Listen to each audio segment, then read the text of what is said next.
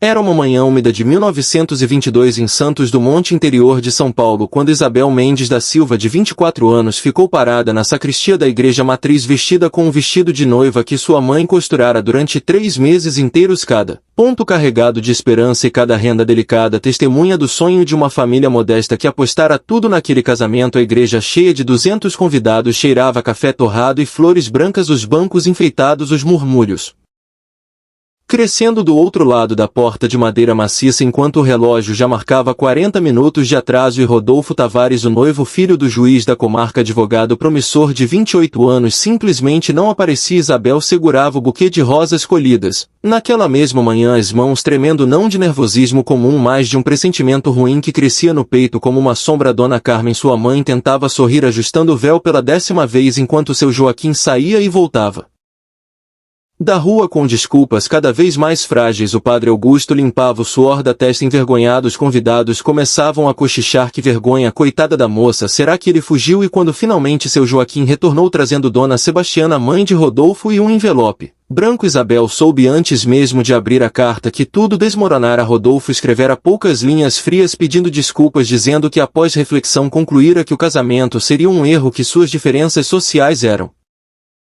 grandes demais, que sua carreira exigia uma esposa adequada, alguém com conexões que o ajudassem a progredir. Isabel leu aquelas palavras sentindo cada sílaba como ferro quente na pele. Ele a dispensava como se dispensa uma empregada que não serve mais, justificando a covardia como sensatez. E no meio daquela sacristia sufocante, com a mãe chorando baixinho, o pai vermelho de raiva e Dona Sebastiana oferecendo compensação financeira como se dinheiro apagasse humilhação, Isabel sentiu algo dentro dela se partir ao meio, mas ao mesmo tempo algo novo endurecer, algo que não aceitaria ser a coitadinha da cidade, a moça abandonada que todos comentariam nos cafés e nas esquinas por anos. Então, com uma calma que surpreendeu até a si mesma, ela olhou para os pais e disse: vocês vão lá fora agradecer aos convidados e dispensá-los com dignidade, e eu vou embora pela porta dos fundos para um lugar onde ninguém me conheça, onde ninguém saiba dessa história. E antes que pudessem protestar, ela já decidirá. A pequena fazenda de sua avó Leonor, perto de São João del Rei, em Minas Gerais, um lugar quase esquecido que a família visitará poucas vezes na infância e que permanecia sob os cuidados de um casal de caseiros idosos, era longe o suficiente para desaparecer, perfeito para recomeçar. Então, enquanto os pais enfrentavam os olhares curiosos na porta principal, Isabel saiu pelos fundos ainda de noiva, atravessou ruas secundárias, chegou em casa, tirou aquele vestido botão por botão como quem arranca camadas de uma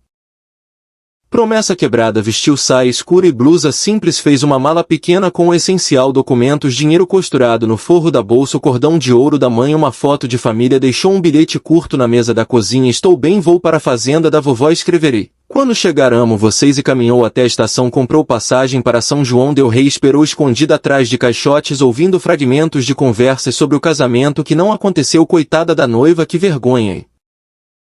Quando o trem finalmente partiu, ela sentou-se junto à janela, vendo Santos do Monte desaparecer atrás dos campos de café e das matas fechadas. Cada quilômetro um alívio, cada estação um muro a mais entre ela e a humilhação. A viagem durou 1 dia e meio, com uma parada noturna desconfortável, mas chegou inteira à cidade mineira, e de lá contratou uma carroça que a levou mais 2 horas por estradas de terra até a propriedade. A casa era menor do que lembrava, paredes caiadas, descascando varanda com cadeiras de balanço velhas, horta cuidada, galinhas ciscando. E ao ouvir a carroça, seu Germano e Dona Benedita saíram da porta, o velho tirando o chapéu de palha em respeito, a mulher enxugando as mãos no avental. Eles não fizeram perguntas indiscretas, apenas a acolheram com um chá quente, pão assado e silêncio compreensivo. Dona Benedita percebeu as marcas de choro nos olhos de Isabel, mas não forçou conversa, apenas preparou o quarto pequeno com a colcha de retalhos da avó e deixou-a chorar sozinha. Naquela primeira noite, quando as lágrimas finalmente vieram, amargas e silenciosas pela ingenuidade perdida, pelos planos destruídos, pela vergonha que não era dela, mas que carregaria como uma tatuagem invisível nos dias seguintes, Isabel trabalhou mais do que jamais imaginara ser capaz. Ajudou na horta, aprendeu a plantar, a colher, a cuidar da terra. Suas mãos, antes finas, ganharam calos, a pele clara bronzeou, o corpo se fortaleceu, e com o trabalho veio uma espécie de anestesia para a dor.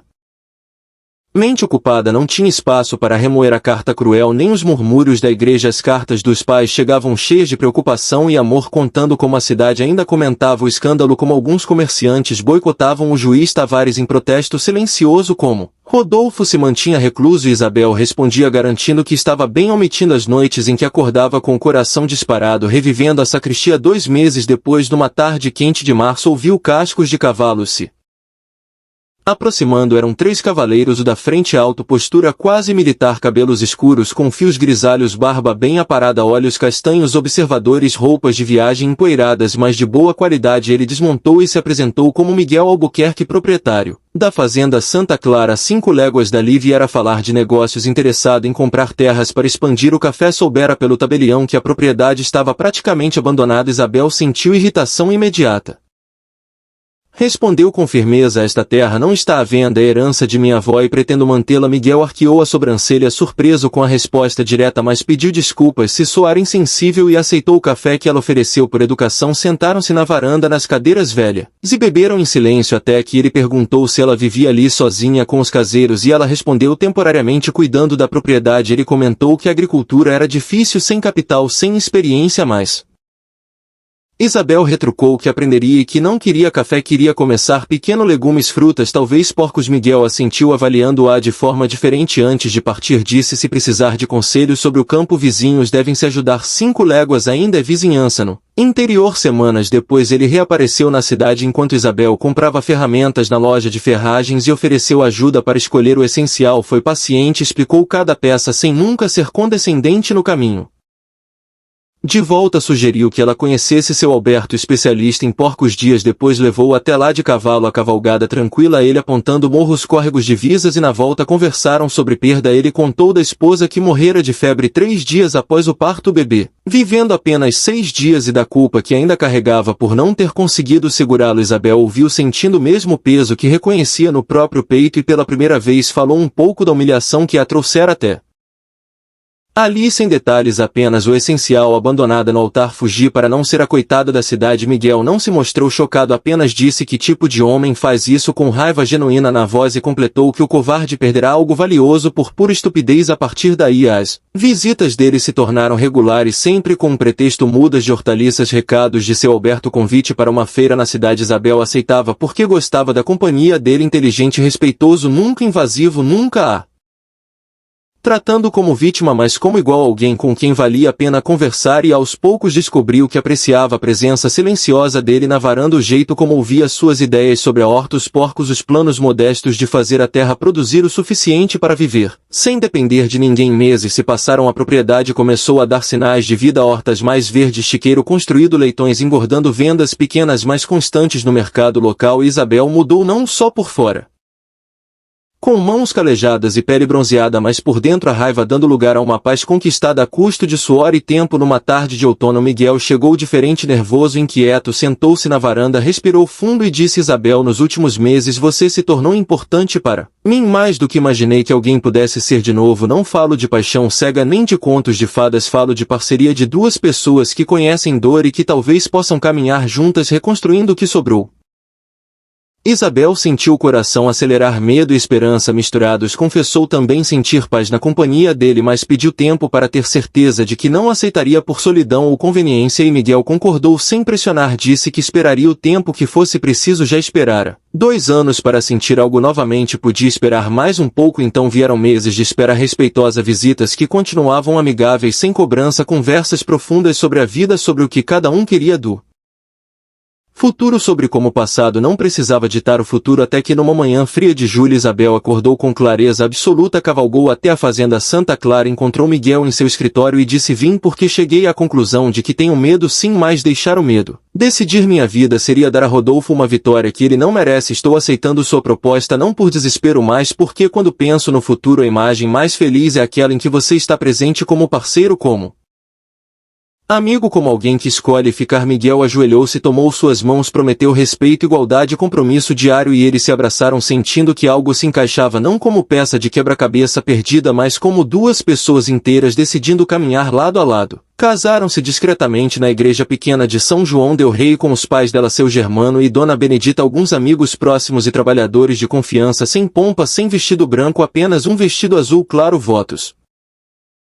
simples e honestos sobre parceria, respeito e escolha diária. O beijo foi suave, o almoço no jardim da fazenda Santa Clara farto e tranquilo, os pais dela emocionados, seu Joaquim apertando Miguel num abraço e dizendo cuide bem dela ou responderá a mim, e Miguel respondendo pretendo cuidar pelo resto da vida, senhor, tem minha palavra. Os anos seguintes foram de construção verdadeira, dividiam tempo entre as duas propriedades, Isabel mantendo sua horta, porcos e culturas menores, Miguel cuidando do café, mais sempre consultando um ao outro, decisões tomadas juntos, a intimidade cresceu devagar, natural, toques que duravam mais, abraços que se aprofundavam, beijos que falavam mais do que palavras, e quando finalmente se tornaram marido e mulher por inteiro, foi com a mesma calma respeitosa que marcava tudo entre eles. 3 anos depois veio João, um parto difícil, mais vitorioso, Miguel segurando a mão dela durante 18 horas, recusando-se a sair do quarto mesmo contra as convenções, e quando o menino nasceu, chorando forte, ele chorou também, pedindo desculpas ao filho por não ter segurado o irmão que não sobrevivera. 2 anos depois veio Helena, mais tranquila, mais confiante, e a casa se encheu de barulho, de risos, de choros, de vida. Isabel descobriu que podia ser mãe, agricultora, esposa e mulher ao mesmo tempo, sem se reduzir a nenhum desses papéis. Miguel garantindo que ela tivesse tempo para si mesma e ela fazendo o mesmo por ele, equilíbrio construído com diálogo e cuidado mútuo. Os filhos cresceram, João